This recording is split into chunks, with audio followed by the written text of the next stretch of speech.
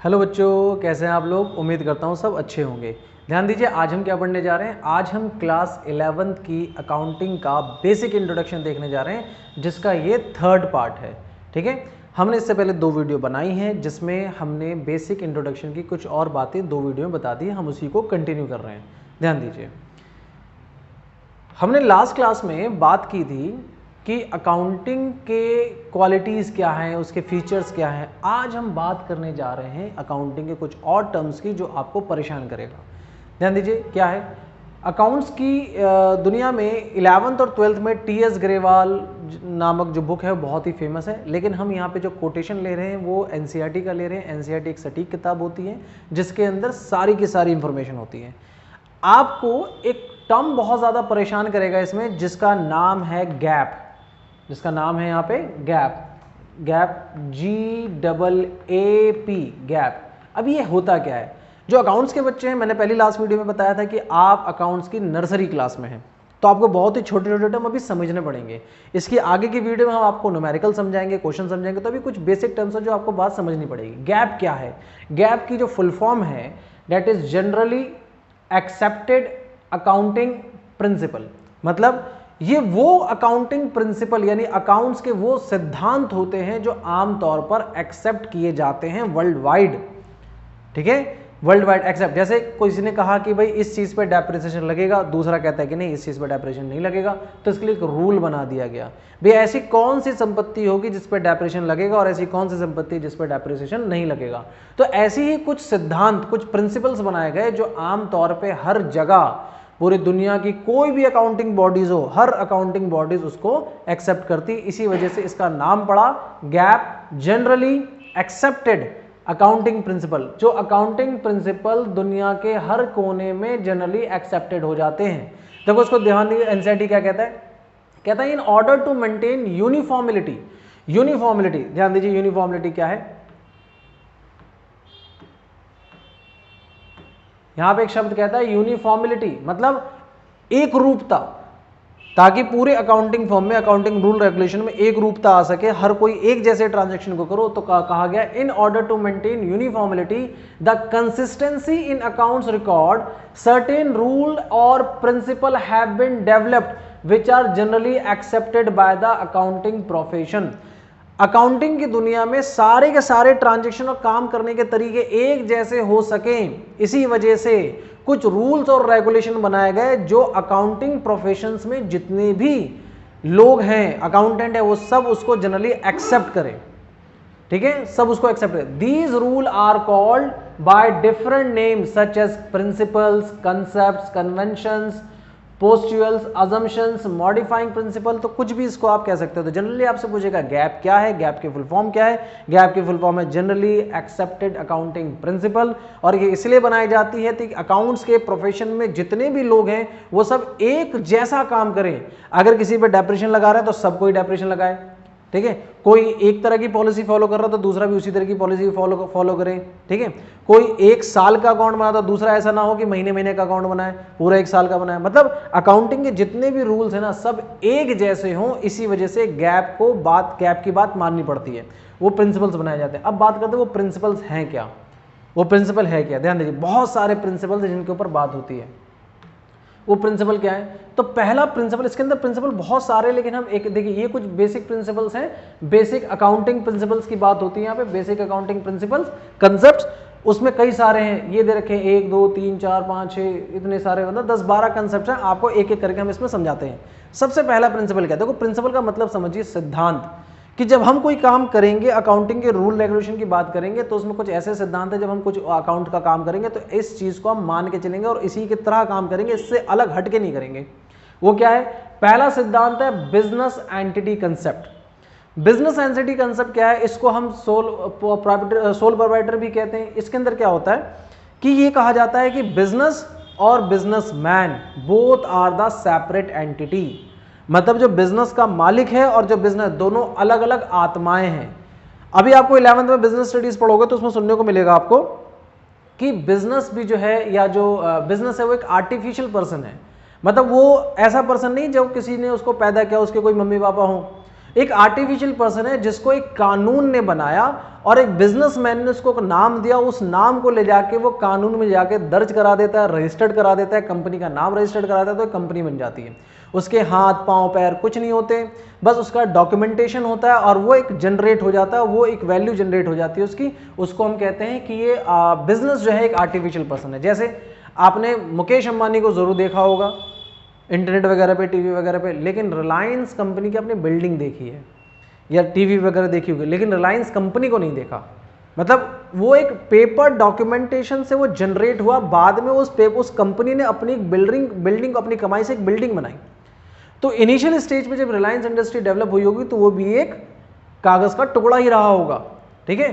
तो ये कहा जाता है कि business and businessman both are the separate, दोनों एक जैसे नहीं है, दोनों एक नहीं होंगे। कारण जब ये अलग अलग हो जाते तो क्या होता है कि जो मुकेश अंबानी साहब हैं वो अलग से टैक्स देते हैं और जो रिलायंस इंडस्ट्री वो अलग टैक्स देती है, दोनों एक नहीं हो सकते। इनके कई सारे कारण, दोनों को अलग अलग लेके चलना है। हाँ, मुकेश अंबानी जो होंगे वो रिलायंस इंडस्ट्री में एज अ एम्प्लॉय या एज अ डायरेक्टर एक सैलरी लेते होंगे, पूरा प्रॉफिट नहीं, प्रॉफिट तो शेयर होल्डर का होता है जो उन्होंने पैसा लगाया, लेकिन वो व्यक्ति जो है वो अपने आप को उस कंपनी में एज एन एम्प्लॉय के तौर पे काम करता होगा। और वो अलग बात है, सैलरी चाहे करोड़ों में हो, लेकिन वो सैलरी ले रहे होंगे, वो पूरे बिजनेस के मालिक नहीं होंगे। वो शेयर, वो एज अ एम्प्लॉय भी काम कर रहे होंगे और उस कंपनी के शेयर्स भी उनके पास होंगे। तो दो आइडेंटिटी फील कर रहे हैं, दो आइडेंटिटी को एंजॉय कर रहे हैं।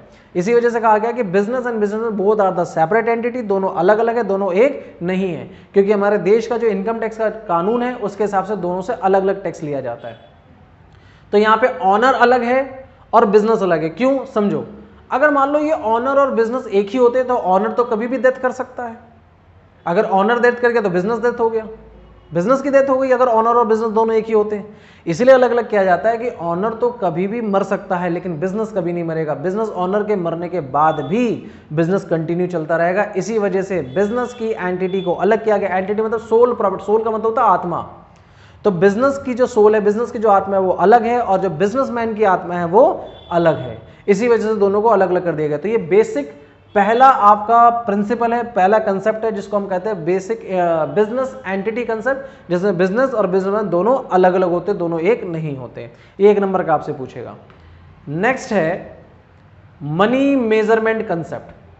देखो मनी में ये कहता है कि अकाउंटिंग जो है केवल उसी ट्रांजैक्शन को रिकॉर्ड करेगी जिसको हम मनी में कन्वर्ट कर सकते हैं। सोच के देखिए, एक व्यापारी जब चीजें लिखता है, कोई सामान कोई खरीदता है बेचता है, उसी को रिकॉर्ड करता है।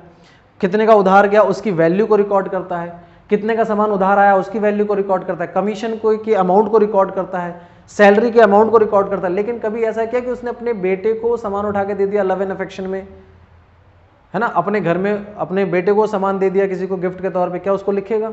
नहीं लिखेगा। लव एंड अफेयर, रिलेशंस, इनका कोई पैसों में मोल नहीं होता। इस वजह से ये सारी चीजें अकाउंट्स में रिकॉर्ड नहीं होती। इसलिए साफ कहा गया कि जो हम अकाउंट्स जो है मनी मेजरमेंट कंसेप्ट जो है, जो अकाउंटिंग में हम केवल मनी, ऐसी चीजें जो केवल मनी में मेजर की जा सकती है उन्हीं को केवल हम रिकॉर्ड करेंगे। ठीक है, बहुत ही सिंपल सरल भाषा में हम उसी चीज को रिकॉर्ड करेंगे जिसको मनी में कन्वर्ट किया जा सकता है। जिस चीज को हम मनी में कन्वर्ट नहीं कर सकते उस चीज को हम बिल्कुल रिकॉर्ड नहीं करेंगे। ठीक है, आइए नेक्स्ट प्रिंसिपल, नेक्स्ट कंसेप्ट पे आते हैं। नेक्स्ट कंसेप्ट क्या है? नेक्स्ट कंसेप्ट है आपका going concern principle. Next concern है आपका going concern principle. Going concern concept ये क्या कहता है? जैसा भी मैंने बताया था ना, business and businessman both are the separate entity, उसी तरीके से ये है गोइंग कंसर्न कंसेप्ट है। अब गोइंग कंसर्न कंसेप्ट क्या कहता है कि businessman may be come may be out, businessman आ भी सकता है, जा भी सकता है, मर भी सकता है, लेकिन कंपनी कभी नहीं मरेगी। कंपनी हमेशा लॉन्ग टर्म के लिए रहेगी। एक एग्जांपल देते हैं, टाटा कंपनी का नाम तो आपने सबने सुना है। अब टाटा कंपनी के जो पहले जो सबसे जो मालिक थे जिनका नाम था मिस्टर JRD टाटा, जमशेद रतन टाटा नाम था, हुआ करता था उनका JRD टाटा। अब JRD टाटा जो है वो डेथ कर चुके हैं। अब उनके बेटे आए थे, डेट इज रतन टाटा। तो रतन टाटा साहब जब आए तो अब वो बीच में रिटायर हो गए थे, उनकी जगह कोई और भी उनके डायरेक्टर बने थे टाटा के, डेट इज साइरस मिस्त्री नाम से एक व्यक्ति बने थे। फिर वो हट गए, फिर दोबारा रतन टाटा आ गए। तो ये एक एग्जाम्पल है कि टाटा कंपनी तो कंटिन्यू चल रही है, लेकिन उनके जो डायरेक्टर हैं, उनके जो मालिक हैं, वो आ भी जाते हैं और चले भी जाते हैं, किसी की डेथ भी हो जाती है, लेकिन कंपनी को फर्क नहीं पड़ता, कंपनी कंटिन्यू चलती ही रहेगी। ठीक है, तो ये गोइंग कंसर्न कंसेप्ट ये कहता है कि कंपनी चाहे रहे, बिजनेसमैन चाहे रहे या ना रहे, लेकिन कंपनी तो हमेशा कंटिन्यू चलती रहेगी। ये भी एक अजम्पशन है। ठीक है, ये भी एक कंसेप्ट है। अगले की बात करते हैं। अगला जो आपसे कहता है that is the accounting period concept. Accounting period concept क्या होता है? मतलब हम जब अकाउंट्स बनाएंगे तो उसका एक पीरियड जो है, मतलब एक टाइम नोटिफाइड करेंगे, भाई अकाउंटिंग कितने टाइम के लिए बना रहे हैं। जनरली इंडिया में अकाउंटिंग जो बनता है वो 1 साल का बनता है। हाँ, लेकिन साल यहां पे 2 तरह के, ध्यान रखना। एक जो ईयर होता है वो एक होता है कैलेंडर और एक होता है फाइनेंशियल ईयर। जो कैलेंडर ईयर होता है वो जनवरी से लेकर दिसंबर तक के लिए बनता है, और जो कैलेंडर ईयर होता है वो अप्रैल से, जस्ट अ मिनट, वो अप्रैल से मार्च तक के लिए बनता है।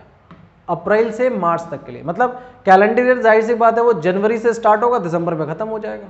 लेकिन इंडिया में जनरली क्या होता है, calendar year financial year follow करते हैं, जो अप्रैल में स्टार्ट होगा और अगले साल के मार्च में कंप्लीट होगा। तो जो ये अकाउंटिंग पीरियड कंसेप्ट है ये बताता है कि जो अकाउंट है वो किसी एक स्पेसिफिक पीरियड के लिए बनेगा। ऐसा नहीं कि इस साल हमने जो बनाया वो 3 महीने का अकाउंट बनाया, अगली बार 6 महीने का बना दिया, उसके बाद 8 महीने का, ऐसा नहीं। आप कोई एक ही कंसेप्ट फॉलो करोगे, या तो महीने का अकाउंट बनाओ या तो 6 महीने का अकाउंट बनाओ, मतलब एक शुरू इस तारीख पे करेंगे, खत्म इस तारीख पे करेंगे, या तो 1 साल का अकाउंट बनाओ। लेकिन जो बनाओगे वो एक जैसा रहेगा, या तो हर दिन का अकाउंट बना लो, चाहो तो हर हफ्ते का बना लो, हर महीने का बनाओ। लेकिन जनरली क्या होता है, लोग 1 साल का बनाते हैं। क्यों?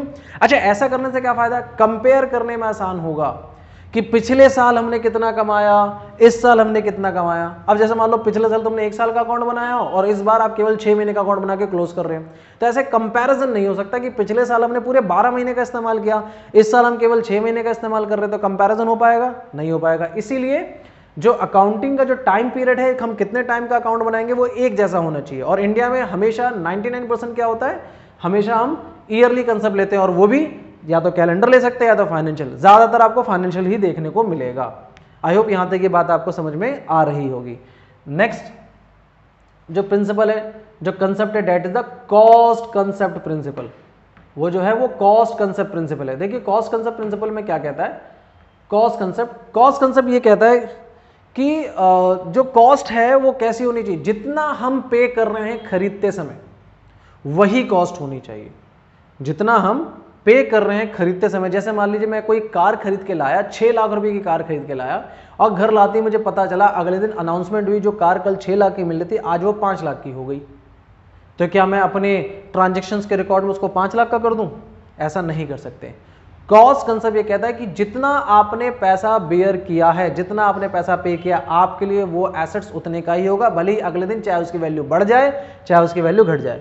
तो मार्केट में भले ही 5 लाख का हो, लेकिन आपके बुक्स ऑफ रिकॉर्ड में, आपके बैलेंस शीट में वो कार जो है 6 लाख की होगी। कारण क्या है, इसमें डबल एंट्री है। समझो, आपने कार ली और इधर 6 लाख रुपए पे किए, तो आपका एक इनकमिंग और एक आउटगोइंग, मतलब इन और आउट दोनों की वैल्यू सेम होनी चाहिए, तभी तो बैलेंस शीट आगे जाके बराबर आएगी। तो आप जब 6 लाख की वैल्यू ले रहे हो तो और आप पे भी कितना कर रहे हो, 6 लाख, तो आप भले ही मार्केट में 5 लाख हो जाए, आप उसको चेंज नहीं कर सकते, आपके लिए वो 6 लाख की होगी। अच्छा, इसको आप ऐसे समझो कि आप 6 लाख के खरीद के लाए और अगले दिन अनाउंसमेंट हो जाए कि वो गाड़ी 10 लाख रुपए की हो गई अचानक। एक दिन जस्ट हम पहले लेके आए थे 6 लाख की, अगले दिन 10 लाख की हो गई, तो आपकी बैलेंस शीट में वो 10 लाख की शो नहीं होगी, आपकी बैलेंस शीट में 6 लाख की ही शो होगी। कारण आपने जो गाड़ी ली है उसके बदले आपने पेमेंट ही कितनी की करी है, 6 लाख की करी है। तो यहाँ पे अभी आगे समझ में आएगा, अकाउंटिंग इक्वेशन करेंगे उसमें ये समझ में आएगा, जितना पैसा जाएगा हमारे पास वैल्यू भी उतनी की ही आएगी। ऐसा नहीं कि 6 लाख गया और 10 लाख की वैल्यू आ गई, वैल्यू भी उतनी ही रहेगी जितना हमारे पास से पैसा गया है। तो ये कॉस्ट कंसेप्ट यही कहता है, ठीक है। कॉस्ट कंसेप्ट यही कहता है कि हम जितना पैसा पे करेंगे उतने ही पैसे की वैल्यू हमारे पास आएगी। ये वीडियो ज़्यादा लंबी ना हो जाए इसलिए हम इसको भी यहीं पे रोक रहे हैं, और आगे के कंसेप्ट हम नेक्स्ट वीडियो बनाएंगे। मैं आपसे ये कहना चाह रहा हूँ कि अगर आपको किसी भी तरह के कंसेप्ट में कोई अगर दिक्कत आती है, आप हमें डिस्क्रिप्शन में या हमारे कमेंट सेक्शन में आप हमें बोल सकते हैं। डिस्क्रिप्शन में हमारा आपको लिंक मिलेगा, जहाँ से आपको टेलीग्राम का भी लिंक मिलेगा, उससे आप हमें कॉन्टैक्ट कर सकते हैं। या फिर इस पूरे अकाउंट का अगर पूरा एक कोर्स चाहिए तो डिस्क्रिप्शन में उसका भी आपको लिंक मिल जाएगा, आप डायरेक्टली हमारे कोर्स में आ सकते हैं। इसके आगे की जो नॉलेज है हम नेक्स्ट वीडियो बनाएंगे। तब तक के लिए बाय।